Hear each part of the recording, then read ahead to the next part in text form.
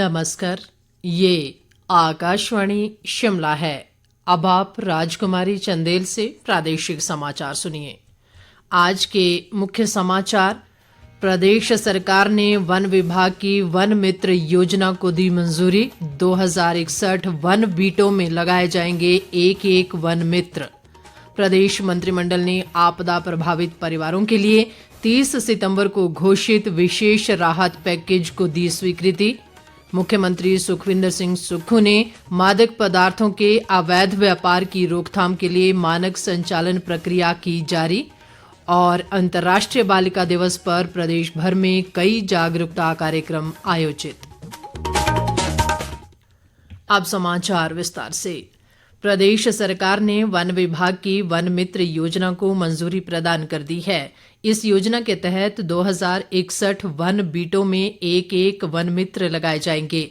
मुख्यमंत्री सुखविंदर सिंह सुक्खू की अध्यक्षता में आज शिमला में आयोजित प्रदेश मंत्रिमंडल की बैठक में ये निर्णय लिया गया। मंत्रिमंडल ने वन विभाग में वन रक्षकों के 100 रिक्त पदों को अनुबंध आधार पर भरने को भी स्वीकृति दी। बैठक में जल शक्ति विभाग के जल रक्षकों, बहुउद्देशीय कार्यकर्ताओं, पैरा फीटर और पैरा पंप ऑपरेटर के मानदेय में 500 रुपये प्रतिमाह वृद्धि करने का निर्णय भी लिया गया। मंत्रिमंडल ने ऊना जिला में 76 करोड़ 50 लाख रुपए की लागत से पीपीपी मोड में बाबा माईदास भवन पार्किंग चिंतपूर्णी से मंदिर तक यात्री रोपवे प्रणाली स्थापित करने को सैद्धांतिक तौर पर मंजूरी प्रदान की। इसके अलावा परिवहन विभाग में 15 ई टैक्सियां किराए पर लेने का फैसला भी लिया गया। बैठक में राज्य के सभी जिलों में आपात स्थिति के दौरान वैकल्पिक संचार के लिए एमेच्योर और सामुदायिक रेडियो को बढ़ावा देने का निर्णय लिया गया।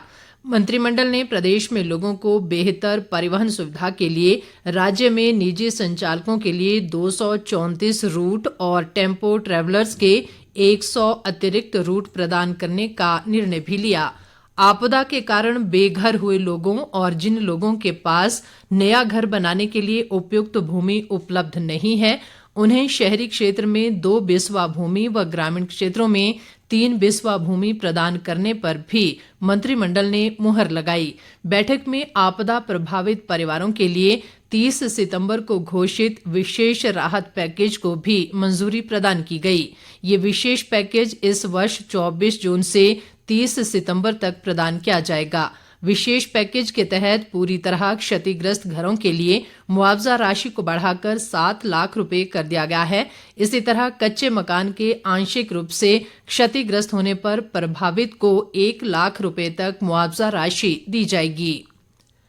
मुख्यमंत्री सुखविंदर सिंह सुक्खू ने शिमला में मादक पदार्थों के अवैध व्यापार की रोकथाम के लिए मानक संचालन प्रक्रिया जारी की। इस अवसर पर उन्होंने कहा कि एसओपी मादक पदार्थों की तस्करी और अवैध गतिविधियों से निपटने के लिए तैयार की गई है। इसमें आरोपी को हिरासत में लेने, हिरासत के आदेशों को निष्पादित करने और गैर कानूनी रूप से अर्जित संपत्तियों को जब्त करने की विस्तृत प्रक्रिया बताई गई है। मुख्यमंत्री ने कहा कि अवैध नशीले पदार्थों की तस्करी से समाज के लिए खतरा उत्पन्न होता है, जो हम सभी के लिए चिंता का विषय है। उन्होंने कहा कि इस खतरे से निपटना सरकार की सर्वोच्च प्राथमिकता है। इस संबंध में मार्गदर्शन के लिए एक सलाहकार बोर्ड भी स्थापित किया गया है। सुखविंदर सिंह सुक्खू ने कहा कि ड्रग तस्करों की गतिविधियों का राष्ट्रीय अर्थव्यवस्था पर विपरीत प्रभाव पड़ता है।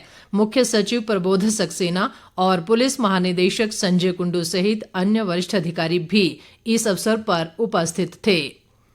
बागवानी व जनजातीय विकास मंत्री जगत सिंह नेगी ने कहा है कि प्रदेश सरकार विभिन्न योजनाओं के माध्यम से किसानों व बागवानों को लाभान्वित करने के लिए प्रयासरत है।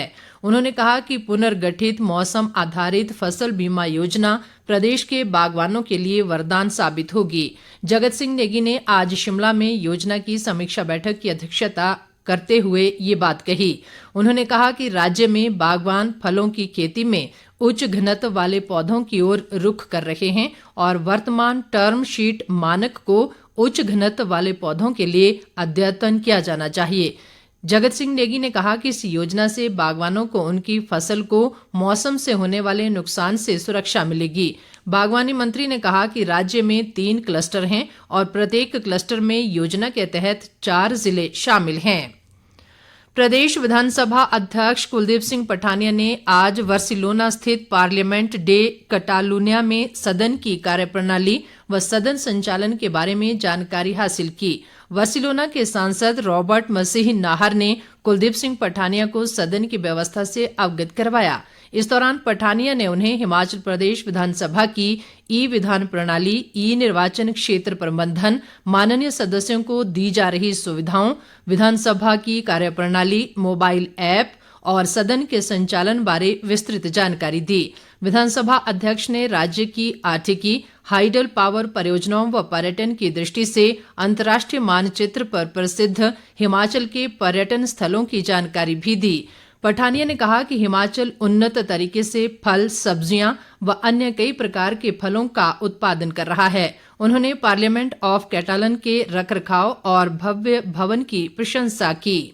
लोक निर्माण मंत्री विक्रमादित्य सिंह ने आज शिमला से वीडियो कॉन्फ्रेंसिंग के माध्यम से हमीरपुर में विभाग के विभिन्न कार्यों और विकासात्मक गतिविधियों की समीक्षा की। उन्होंने अधिकारियों को सभी योजनाओं को समयबद्ध पूरा करने और कार्यों में गुणवत्ता सुनिश्चित करने के निर्देश दिए। विक्रमादित्य सिंह ने क्षेत्र में सड़कों की मरम्मत का कार्य प्राथमिकता के आधार पर करने और अन्य निर्माण परियोजनाओं को भी समयबद्ध पूरा करने के निर्देश दिए। मुख्य सचिव प्रबोध सक्सेना ने कहा है कि प्रदेश सरकार राज्य में आई प्राकृतिक आपदा का आकलन कर आपदा प्रबंधन प्रणाली को और सुदृढ़ करने के लिए कार्य कर रही है। उन्होंने आज शिमला में आपदा उपरांत आवश्यकताओं के आकलन और प्रदेश में आपदा प्रबंधन प्रणाली विषय पर आयोजित समीक्षा बैठक की अध्यक्षता की। मुख्य सचिव ने कहा कि प्रदेश में पोस्ट डिजास्टर नीड्स असेसमेंट के अंतर्गत 2 चरणों में सामाजिक अधोसंरचना और उत्पादन क्षेत्रों में हुई क्षति का सटीक आकलन किया गया है। इसके तहत सड़कों, मकानों, कृषि, बागवानी, पर्यटन, स्वास्थ्य और ऊर्जा क्षेत्रों को हुए नुकसान की विस्तृत रिपोर्ट तैयार की गई है। प्रबोध सक्सेना ने कहा कि प्रदेश में मौसम पूर्वानुमान के लिए अत्याधुनिक प्रौद्योगिकी आधारित प्रणाली विकसित की जाएगी। मुख्य सचिव ने कहा कि आपदा संवेदनशील राज्य होने के दृष्टिगत प्रदेश में मानवीय संसाधन विकसित करना बेहद आवश्यक है। प्रदेश कांग्रेस अध्यक्ष व सांसद प्रतिभा सिंह ने कहा है कि भाजपा नेता महंगाई के मुद्दे पर लोगों को गुमराह करने का असफल प्रयास कर रहे हैं। शिमला से जारी एक बयान में उन्होंने कहा कि प्राकृतिक आपदा के चलते प्रदेश विकट आर्थिक स्थिति से गुजर रहा है और ऐसे समय में भी भाजपा नेता राजनीतिक लाभ के लिए झूठी बयानबाजी कर रहे हैं। प्रतिभा सिंह ने कहा कि देश में भाजपा सरकार की गलत नीतियों व निर्णयों से महंगाई और बेरोजगारी बढ़ी है। उन्होंने कहा कि आपदा के समय केंद्र की भाजपा सरकार हिमाचल के साथ भेदभाव कर रही है, जो बहुत ही दुर्भाग्यपूर्ण है। प्रतिभा सिंह ने भाजपा नेताओं को प्रदेश में राहत व पुनर्वास कार्यों में प्रदेश सरकार को सहयोग देने की सलाह दी है। प्रदेश भाजपा उपाध्यक्ष राजीव सहजल व पूर्व मंत्री और पूर्व विधायक परमजीत सिंह पम्मी ने कहा है कि बद्दी चंडीगढ़ रेल लाइन का निर्माण कार्य चंडी मंदिर हरियाणा से शुरू कर दिया गया है। उन्होंने कहा कि इस परियोजना पर 1540 करोड़ रुपए खर्च किए जा रहे हैं। भाजपा नेताओं ने कहा कि इस लाइन के लिए हिमाचल और हरियाणा की 95 हेक्टेयर भूमि का अधिग्रहण किया गया है और करीब 30 किलोमीटर लंबे इस ट्रैक का कार्य पूरा होने से प्रदेश के कई स्थानों सहित बद्दी, बरोटीवाला, नालागढ़ क्षेत्र के लोग लाभान्वित होंगे। उन्होंने बताया कि इस परियोजना को दिसंबर 2025 तक पूरा करने का लक्ष्य रखा गया है। दोनों नेताओं ने इस रेल लाइन को मंजूरी प्रदान करने के लिए प्रधानमंत्री नरेंद्र मोदी और केंद्र सरकार का आभार जताया है। आज अंतर्राष्ट्रीय बालिका दिवस है। इसका उद्देश्य बालिकाओं के सशक्तिकरण और उनके मानवाधिकारों को बढ़ावा देना है। इस वर्ष के अंतर्राष्ट्रीय बालिका दिवस का विषय बालिकाओं के अधिकारों में निवेश, हमारा नेतृत्व, हमारा कल्याण है। प्रदेश के विभिन्न स्थानों पर अंतर्राष्ट्रीय बालिका दिवस पर कई जागरूकता कार्यक्रम आयोजित किए गए। इस अवसर पर चंबा में बालिकाओं के लिए मैराथन का आयोजन किया गया, जिसमें जिले के विभिन्न शिक्षण संस्थानों की छात्राओं ने भाग लिया। इस दौरान आयोजित जिला स्तरीय कार्यक्रम में विधायक नीरज नैयर बतौर मुख्य अतिथि शामिल हुए। उन्होंने कहा कि महिलाओं की भूमिका बेहतर समाज के लिए बेहद महत्वपूर्ण है। नीरज नैयर ने कहा कि प्रदेश सरकार द्वारा महिला सशक्तिकरण की दिशा में कई कदम उठाए जा रहे हैं। बालिका दिवस पर हमीरपुर जिले के सुजानपुर विकासखंड के 123 आंगनबाड़ी केंद्रों में विशेष कार्यक्रमों का आयोजन किया गया। इधर शिमला के विभिन्न आंगनबाड़ी केंद्रों में भी जागरूकता शिविरों का आयोजन किया गया। प्रदेश भाजपा प्रवक्ता महेंद्र धर्माणी ने राज्य सरकार पर आरोप लगाते हुए कहा है कि प्रदेश में कर्मचारी अपनी मांगों को लेकर आंदोलन कर रहे हैं और विकास कार्य ठप हो गए हैं। उन्होंने कहा कि सरकार की अनदेखी के चलते हजारों पंचायत कर्मचारी पिछले कई दिनों से हड़ताल पर हैं, जिस कारण प्राकृतिक आपदा से प्रदेश में हुए जानमाल के नुकसान का आकलन व रिपोर्ट 3 महीने बाद भी तैयार नहीं की जा सकी है। अंत में मुख्य समाचार एक बार फिर। प्रदेश सरकार ने वन विभाग की वन मित्र योजना को दी मंजूरी। 2061 वन बीटों में लगाए जाएंगे एक वन मित्र। प्रदेश मंत्रिमंडल ने आपदा प्रभावित परिवारों के लिए 30 सितंबर को घोषित विशेष राहत पैकेज को दी स्वीकृति। मुख्यमंत्री सुखविंदर सिंह सुक्खू ने मादक पदार्थों के अवैध व्यापार की रोकथाम के लिए मानक संचालन प्रक्रिया की जारी। और अंतर्राष्ट्रीय बालिका दिवस पर प्रदेश भर में कई जागरूकता कार्यक्रम आयोजित।